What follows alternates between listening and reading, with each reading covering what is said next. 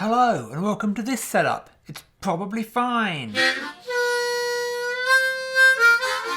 So the big room back there that you can see through the doorway has an entire set in it at the moment for our first full-length series actual play show that we are in the process of filming. As a result, I can't get in there to do any filming, so I'm filming here on my sub desk in the office room, because why not? This is the first of a new series of videos talking about specific games and mechanics.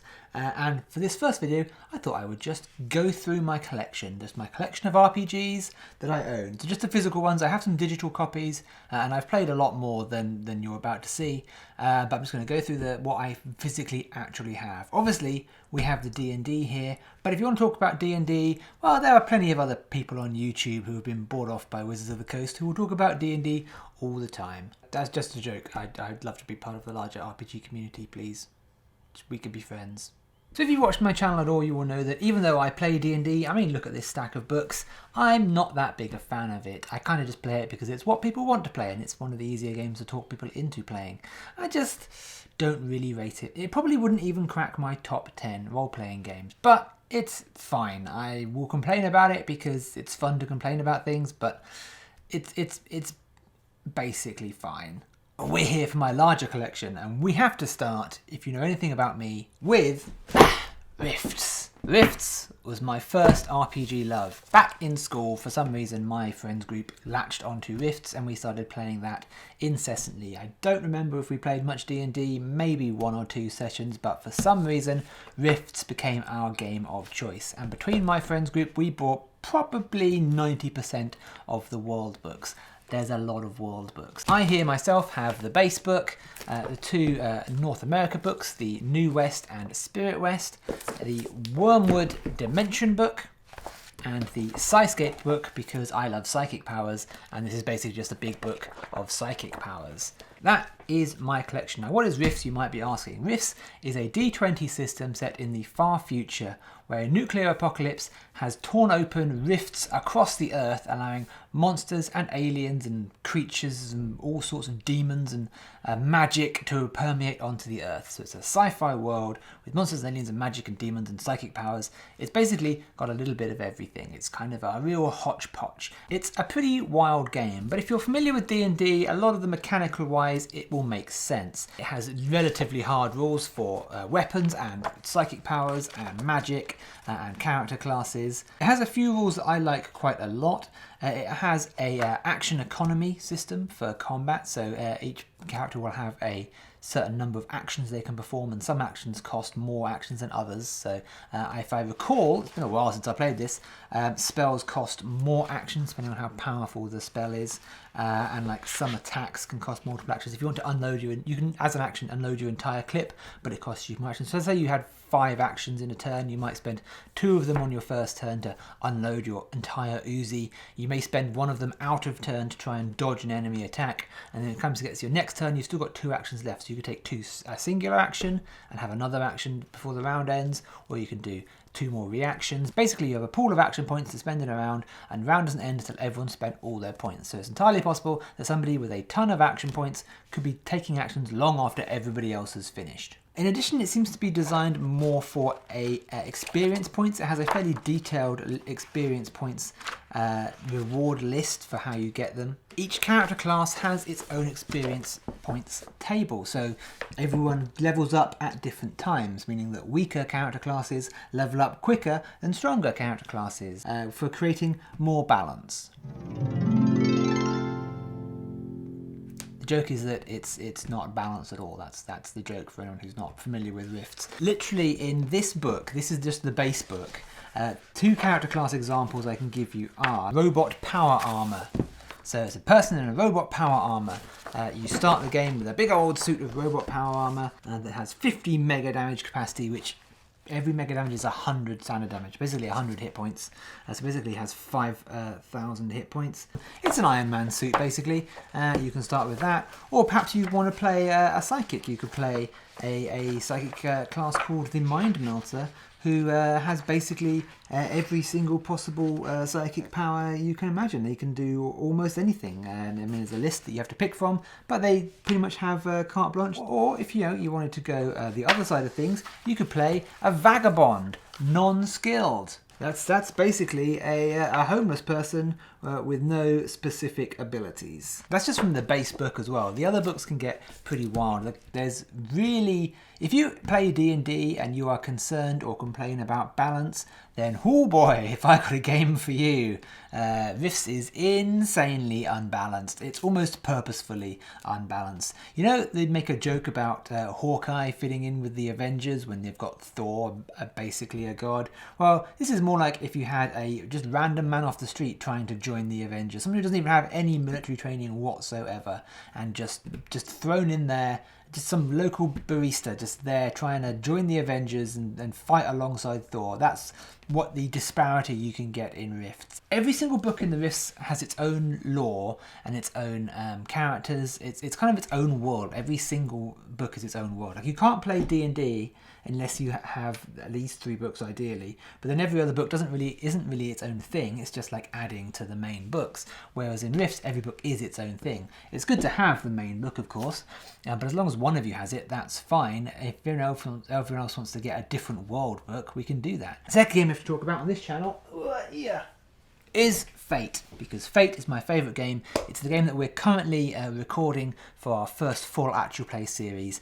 Fate is a narrative game, a storytelling game in the purest sense, in that it has fairly loose rules. In fact, it very purposefully has no hard rules for, say, magic or equipment or even combat fighting styles. It is a narrative game. You do character creation by telling your character's backstory and how they interact with each other and building them up as a story element rather than just purely a set of mechanics. There are obviously mechanics to how the game works, but it is a narrative focused game. If an enemy, for example, attacks you with their fight skill, you don't have to use your fight skill to defend. You can figure something else out. You could start crying and use your deception skill to try and confuse them and they miss their attack. You could say, hey, over there, to the same effect. You could try and persuade them not to attack you, so you could make that roll instead. Basically, the game's designed for you to have a set list of skills that you are good at and you to focus your character on those skills. So if you're good at something, you'll be trying to use that skill to perform whatever task it is, rather than the DM just telling you what to roll, saying, give me a stealth check or whatever. You will be going, well, my skill is better at this, so I'm going to try and get around this scene by doing this thing. In the game that we're going to run, I've said to my players that I will never ask them for a specific skill check. I will always say, this is what you're trying to do, and they can tell me how they're using their skills to achieve it. I will talk about Fate in more detail for sure. In fact, I'll do a whole video probably detailing how it comes out. Probably the first in this series that I do, which details a game, partly because we're doing that first series, but it really is my favourite game just because I am a writer, I am a storyteller. That's what I enjoy, that's what I play these games for. So I like the idea of having a big, collaborative, complex narrative to tell. There are some supplement books that do add lore and wars and things like that, but yeah, the core book is a blank slate, effectively. Speaking of supplementary Fate, I also have Fate of Cthulhu, because I'm a little bit of a Cthulhu nut. Oh, it's got a bookmark in it. You can see where I've been reading it. Yeah, I am a little bit of a Lovecraft nut. I know he was a bad dude, very bad dude, but I do enjoy his writing and his work, and I have a lot of Cthulhu-themed things, as you might have seen in one of my videos where I had a little Cthulhu guy. But yeah, so I have Fate of Cthulhu. I got this for Christmas. It's one of my newer books that I have. I've read it, but I haven't played it yet. We might run it on this channel, I'm not sure. It adds some rules and some mechanics to the Fate system that are really interesting. It has less of a collaborative, because it has a set world. It's set on Earth, in our times, with Cthulhu or whatever, trying to break through, and cultists and stuff. So it has its own setting, and it has its character creation is a little different. It's less of a collaborative process. But other than that, I really like the concept and the mechanics that it brings to the game. It's more than just saying like, oh, I want to make a Fate game with some Cthulhu in it, which you can do. You can make a Cthulhu-themed Fate game out of just the core book. But this is adding. I liked reading this. Is adding enough mechanics for me to justify its existence. It's a really, really good book, and I'm really looking forward to playing it. I also have one of my newer games, Inspirisles. I'm also keen to run this on the channel. So this is a game I bought at the UK Games Expo last year. I was wandering around trying to just kind of get a lay of the land. I was there working with Blood on the Clock Tower. I was working at the Blood on the Clock Tower store running games for them. So I got in early. I got in before the doors were open because I had a pass, an exhibitor's pass. And I was wandering around kind of getting a feel of things, and I spotted this, Inspirisles, which is a RPG based around learning sign language, which is something I've wanted to do for a little while, learn sign language. So the concept of the game is that you can use sign language to cast spells, and it's set in a fantastical realm where the players are teenagers who have been drawn into this mystical quest in a very classical kind of storytelling way, and you have to learn sign language to cast spells. It's a bit awkward because I don't speak sign language, so I was running it kind of like trying to stay one lesson ahead of the players, so we didn't get a lot of sign language. We got the basics, but we didn't get like a huge amount learned, so it would be good to play it with some sign language speakers who could I think could be good to take out on the channel. That's kind of a plan I've had for a little while, is to run a game like this. And when I spotted this at the UK Games Expo, I started to snatch it up, and it's a neat little game. So yeah, check them out, Inspirisles, if you're curious, and if you want to learn some sign language as well. It's got British and American kind of translations in there for things. Moving on to something quirky. Whoa. I've got Alice is Missing. I haven't played this yet, but I saw it. I saw a review for it on Shut Up and Sit Down, and I basically immediately bought it. It's a little one-shot game. It comes in this little box, and it is you play a group of teenagers, and your friend Alice has gone missing, hence the title. There's various sets of cards here, and you create a deck for the game, and you deal out this kind of deck of action cards. I don't know how else to refer to them, or at least effects, and you put the soundtrack on. So they have a soundtrack on their website, which has a little video playing and music playing. So you put that on, and then the game is played silently, because you take your phones, you change everyone's contact details to the name of their character, and the game is played via text. The soundtrack then plays, and there's a little countdown as the soundtrack plays, and every time the countdown hits the number of one of your cards, you turn it over and it informs what's going on in the story while you text each other. So you're never like in the same location, you're kind of running around town texting each other, trying to figure out what happened to Alice. And it just sounded incredible, and they raved about it, and other reviews I've seen have raved about it as well, and it just sounded like such a unique experience that I've just bought it without hesitation.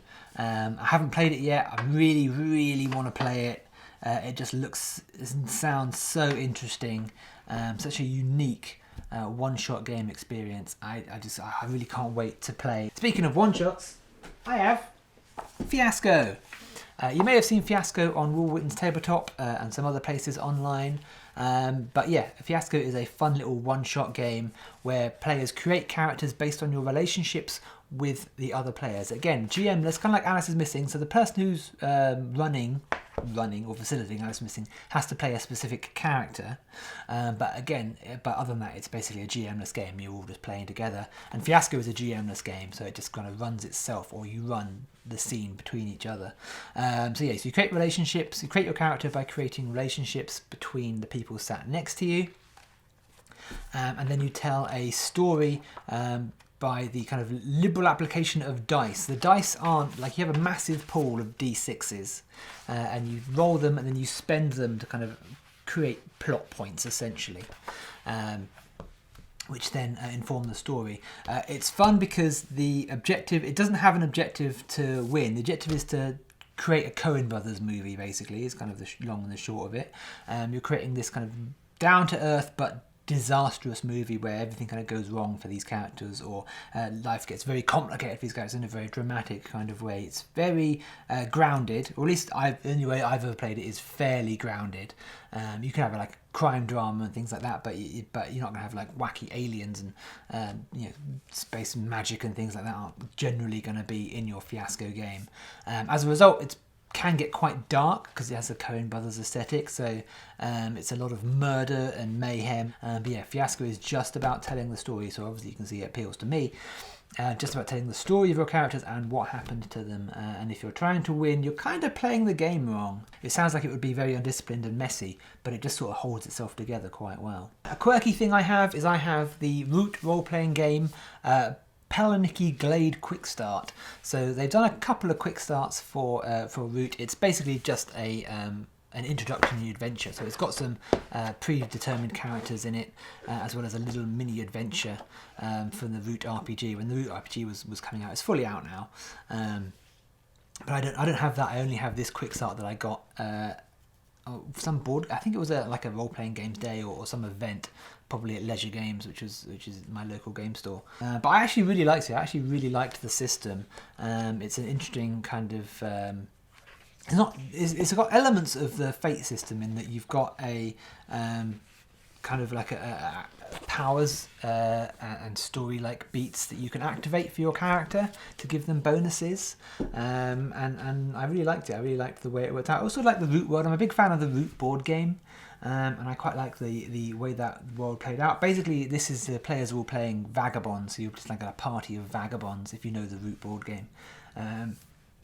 Playing through this world of war between all the various factions of the birds and the cats and the mice and whoever else. So yes, it's a really neat system and a really interesting world, and it's very easy to imagine that kind of Root, that anthropomorphic animal world of the forest. It'll be interesting to get. I'm very tempted to get the main book because I did enjoy running that quite a lot. Next on my list. Another new game that I have is Traveller. You can actually see the character sheets poking out there. So we've created characters for this. We haven't played it yet, but we've done a session 0. We've done character creation. I was very keen to get Traveller. Again, I got this for Christmas, my birthday. I got this for a present at some point because I was really keen to play it. Partly because character creation is quite unique. Character creation is a dice rolling exercise in the life of your character. You do the basic character creation elements, and then you choose your career path, and then you kind of roll for the events of your life, or roll for success, basically, to see if you succeed at your career, if things go badly, or if things come out of your control. You can get badly injured during character creation. You can go to prison. It's not that likely, but you can even die during character creation. It's possible to get killed during character creation. That's true. That's the thing that I learned about this game, that I was like, I immediately need to at least read this game. So I got this book, and then I started a group. We haven't yet played, like I say. I've got their character sheets and the world sheets and things in here that we've all made. Session 0 was a lot of fun. We got the character creation process is really interesting.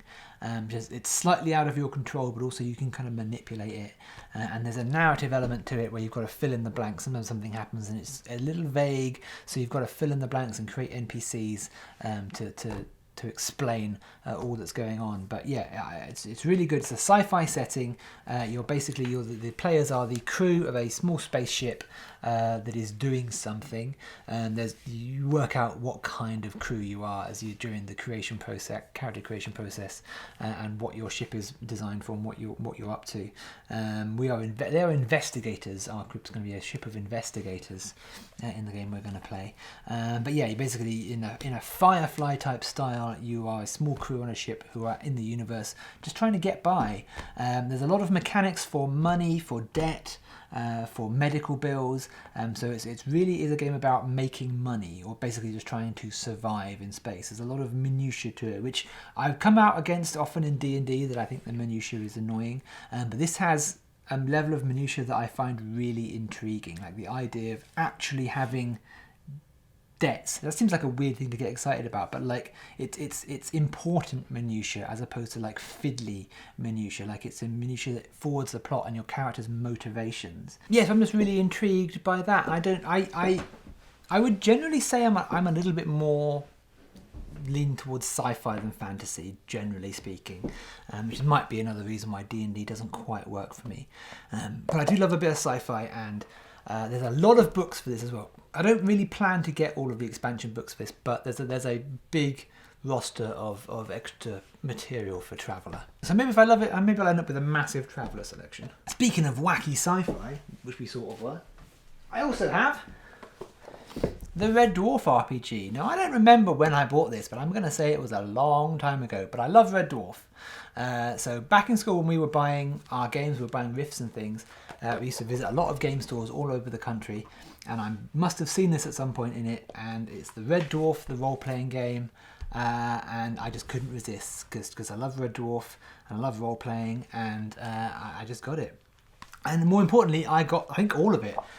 So I've got the roleplay, the source book, and the extra bits book, which includes, just to show this to you, includes the Vindiluvians. The Vindiluvians as a playable race. So yeah, if you don't watch Red Dwarf, that will mean nothing to you. But if you're scratching your head, you'll remember the Vindiluvians when you see them. This is AI screen extra bits. Do I have a screen for this as well? If I have a screen for this game, I don't know where it is. I don't even know if you'd be able to find this anywhere. I haven't checked if you can buy this still. The Red Dwarf RPG. It's actually quite a good system, oddly enough. We played it a few times. Surprisingly in depth, I think is what I found about it. Like, it's quite silly at its core. But it's got like surprisingly deep rules for like ship-to-ship combat, like space combat, and the way that your ships use, like the Starbug has got its own like sort of map and its own little rules and things. Well done, 7 Deep. I don't know if you're still a company, if you still exist, but yeah, this was quite good. I would actually run this again because it is interesting to do like an alternate history on the Red Dwarf. Which is a great British sitcom, by the way. But if you know what Red Dwarf is, it's a sci-fi sitcom, British sci-fi sitcom, that's running for probably quite a long time. They recently brought it back a couple of times. It's had some recent series, which actually not too bad. Surprisingly, it's kind of like held up quite well. But yeah, no, it's really neat store, and it's got a surprising amount of like well thought out sci-fi in it. I always think like it's a silly show. But there's obviously a love of sci-fi at its core. I guess the game kind of reflects the TV show in that case, and it's essentially a sillier game, but with some sci-fi love in its middle. The last thing I have to show you is a solo RPG called 1000-Year Vampire, 1000-Year-Old Vampire, which is this very like fancy looking book. It's a very nice book. It's designed to have like look old and worn. So every time I see it, I think, oh no, someone's damaged my book. But no, it's actually supposed to look like that. It's supposed to look like it's got like chunks torn out of it and stuff.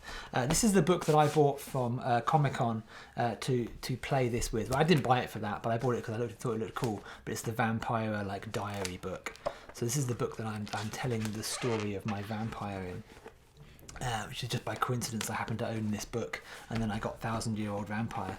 So the idea here is that it's a single-player RPG. You're telling a story by yourself. You go through and create your vampire at some point in history. Any point in history is fine. I went with ancient Greece for some stupid reason because I thought that sounded cool, and then I realised I didn't really know anything about ancient Greece, so I had to do a load of research on ancient Greece. So maybe pick a time period that you know a little bit of something about. But yeah, then you are rolling dice to bounce through these kind of chapter sections of the book. So each page has a different chapter, and it will give you a prompt of what your vampire is doing or what is happening to your vampire, and you're rolling dice to kind of figure out which chapter to go to next. And then you're telling the story, and your vampire has a number of like personal effects and items and like relationships and things, and every now and then it'll ask you to destroy one because time is passing and bad things are happening in general, but mostly time is passing, like 1000-Year-Old Vampire, that's why it's called that. But yeah, every now and then you have to destroy some of these elements, and if you have to destroy something and you don't have anything left to destroy, then you are killed. That's the end of your vampire, and that's the end of your story. So yeah, it's very free form, a lot of fun. Tons of fun. Just the creation process, you would never end up with the same story twice, just because the prompts are just kind of vague enough that even if you ran the exact same scenario again, you'd end up with something different. As long as you started in a different place, you'd end up with something completely different. I sort of end up being a kind of a good vampire. It's like a reluctant vampire who ended up being co-opted by this kind of Assassin's Creed organization to be like, oh, well, seems like you're very hard to kill. You work for us now, or we'll dob you into the Vatican or whatever for being a monster. So that's kind of where my story went. But which was just the way it turned out, and some of that's obviously like me being like, well, that's the story I chose to tell. But a lot of it's just the prompt from the book. Like that's just how it kind of ended up. I ended up making a friend who betrayed me, and then the secret organization took me in and things like that. Just kind of like it's just how it all worked out. But yeah, that's the last physical thing that I own is 1000-Year-Old Vampire, the solo RPG. Really good storytelling exercise if you're a writer or a would-be GM, DM. Yeah, you get this, and it gives you lots of story prompts and just kind of gets you into the process of improvising a story, basically. And if nothing else, you just get a good old time out of it. Keep an eye out for more in-depth looks at some of these games, as well as hopefully playing some of these games on the channel. Fate for sure, because we've already started filming that. But yeah, hopefully going to get some of these games going. If you have any questions about any of them, then drop them in the comments below. If there's any of the other RPGs you think I should have a look at or cover, again, say in the comments below. We have a Ko-Fi support page. If you're liking this channel and you want to support us, we'd love to make more stuff and keep the RPGs going. We can only keep this up for so long. We want to make more actual play stuff. You can see the set. Oh, I put it the wrong way. You can see the set is built in that room back there. That's why I'm recording in this room instead of that one. So yeah, you can see the back of the set there for our first series. So we'd love to keep doing more of that. So check out the Ko-Fi support page and drop us any support that you can. Buy us a coffee, as the expression is there. Oh, actually, I've discovered I've been saying Ko-Fi support. It's meant to be said. What was it meant to be say? It's not said Ko-Fi. I'm saying Ko-Fi like Wi-Fi. But they said on their Twitter recently that it's supposed to be said a different way. But I've forgotten what that is. Ko-Fi. It's supposed to be said Ko-Fi. Yeah, I don't know. Yeah, I didn't realize that. I apologise to Ko-Fi. We have a Ko-Fi support page. Yeah, where you can drop us a donation there. Anything is appreciated. But if you can't do that, then just like and subscribe. That's also appreciated. Just share the video with your friends. Drop us a comment below and to say that we're doing a wonderful job. And yeah, that's all good. Thanks for watching. The end.